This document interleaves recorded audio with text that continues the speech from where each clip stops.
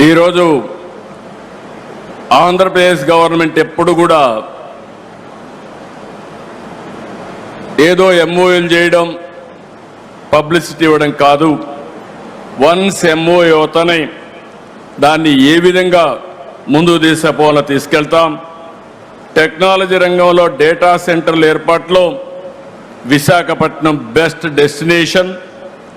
వ్యాపార నిర్వహణ ఖర్చు కూడా మిగిలిన నగరాల కంటే చాలా తక్కువగా ఉంటుంది. పెట్టుబడులు ఒప్పందాలే కాదు, గ్రౌండింగ్లో కూడా ముందున్నాం. ఇన్వెస్టర్సే ఏపీకి భాగస్వాములు.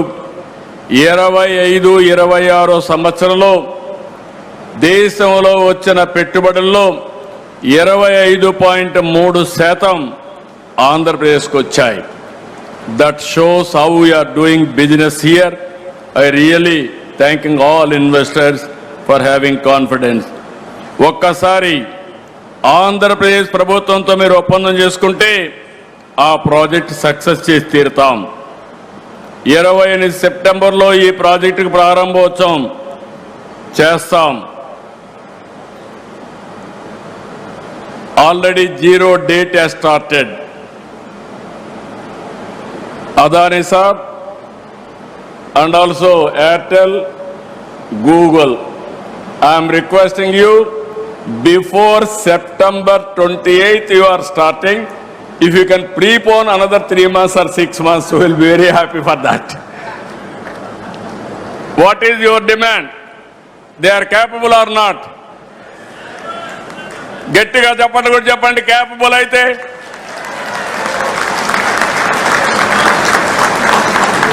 Google and consortium, this is the demand from public, not from me. They know your capacity. They are asking you to complete before that. ఇక్కడ ఏమి ఇబ్బందులు ఉండవు. ఈరోజు మీ అందరికీ ఒకటే చెప్తున్నా, నీళ్ల సమస్య లేదు. 60 రోజుల్లో గోదావరి నీళ్లు అనకాపల్లికి, విశాఖపట్నానికి తీసుకొచ్చే బాధ్యత ఈ ప్రభుత్వం తీసుకుంటాం. ఇదే కాకుండా పోలవరం ప్రాజెక్టు 2027కు పూర్తి చేసి గోదావరి పుష్కరాల కంటే ముందే ప్రధానమంత్రి గారి ద్వారా జాతికి అంకితం చేస్తామని చెప్పి కూడా నేను మీకు తెలియజేస్తున్నా. విద్యుత్ శక్తికి ఏమాత్రం లోటు ఉండదు. 90 గిగావాట్ల గ్రీన్ ఎనర్జీ ప్రాజెక్టులు ఒప్పందాలు కుదుర్చుకున్నాం. అవన్నీ కూడా ఇక్కడ గ్రీన్ ఎనర్జీ ఇవ్వడానికి అన్ని విధాలా ముందుకుంటామని చెప్పి కూడా నేను మీకు తెలియజేస్తున్నా. విశాఖ గూగుల్ రావడంతో యువతకు పెద్ద ఎత్తున ఉద్యోగ అవకాశాలు వస్తాయి, అనుబంధ సంస్థలు ఏర్పడతాయి. దీనివల్ల వేలాది మందికి ప్రత్యక్షంగా పరోక్షంగా ఉద్యోగాలు వస్తాయి. గతంలో ఉత్తరాంధ్ర అంటే వలసలు, నిరుద్యోగం, వెనుకబాటు. కానీ ఒక్క ఓటు మీరేసి ఈరోజు పెను మార్పుకు దారితీశారు. ఉత్తరాంధ్ర నుంచి వలసలు కాదు, ఉత్తరాంధ్రకి ఇక పైన వలసలు వస్తాయని చెప్పి కూడా మీ అందరికీ తెలియజేస్తున్నా. టాలెంట్ మైగ్రేషన్ ముగిసింది, టాలెంట్ డెస్టినేషన్ మొదలైంది.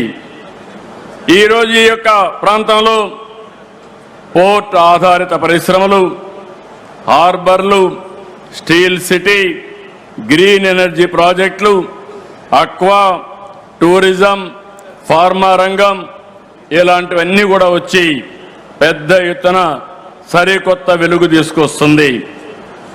విశాఖపట్నం నగరానికి కనెక్టివిటీ కూడా పెరిగింది. రాయ్పూర్, భువనేశ్వర్, కలకత్తా నుంచి వైజాగ్ వచ్చేందుకు అద్భుతమైన హైవేలు ఉన్నాయి. భవిష్యత్తులో 4 వరుసల రైల్వే లైన్ కూడా వస్తూ ఉంది. నేను ఇంత మునిపే చెప్పినట్టు భోగాపురం ఇంటర్నేషనల్ ఎయిర్పోర్ట్ ఈ సంవత్సరం జూలైలో మన ప్రధానమంత్రి గారిని ఇన్వైట్ చేస్తున్నాం. ఇనాగరేషన్ అని చెప్పి కూడా నేను మీకు తెలియజేస్తున్నా. జాతికి అంకితం చేస్తాం. 2028 చివరి నాటికి అనకాపల్లిలో RCR Mittal Nippon steel plant కూడా ఒక ఫేజ్ పూర్తయి మొదటి షిప్మెంట్ కూడా ఎగుమతి అవుతుంది. రెన్యూ ప్రాజెక్ట్ కూడా 2 ఏళ్లలో ఇన్గాట్ సోలార్ వేఫర్ ఉత్పత్తి ప్రారంభిస్తుంది. నేను ఒకటే కొండవాళ్ళకందరికీ విజ్ఞప్తి చేస్తున్నా. నేను 95లో రంగారెడ్డి జిల్లా ఎట్లుంటుందో చెప్పాను, ఎవరు నమ్మలేదు. భవిష్యత్తులో విశాఖపట్నం విశ్వనగరిగా ఉంటుంది, ఏ సిటీగా ఉంటుంది. ఆ రోజు ఆ రంగారెడ్డి ఎట్టుందో ఈరోజు అనకాపల్లి జిల్లా మరో రంగారెడ్డి జిల్లాగా తయారై బ్రహ్మాండమైన అభివృద్ధి చేసే బాధ్యత ఈ ప్రభుత్వం తీసుకుంటామని చెప్పి కూడా నేను మీకు తెలియజేస్తున్నా.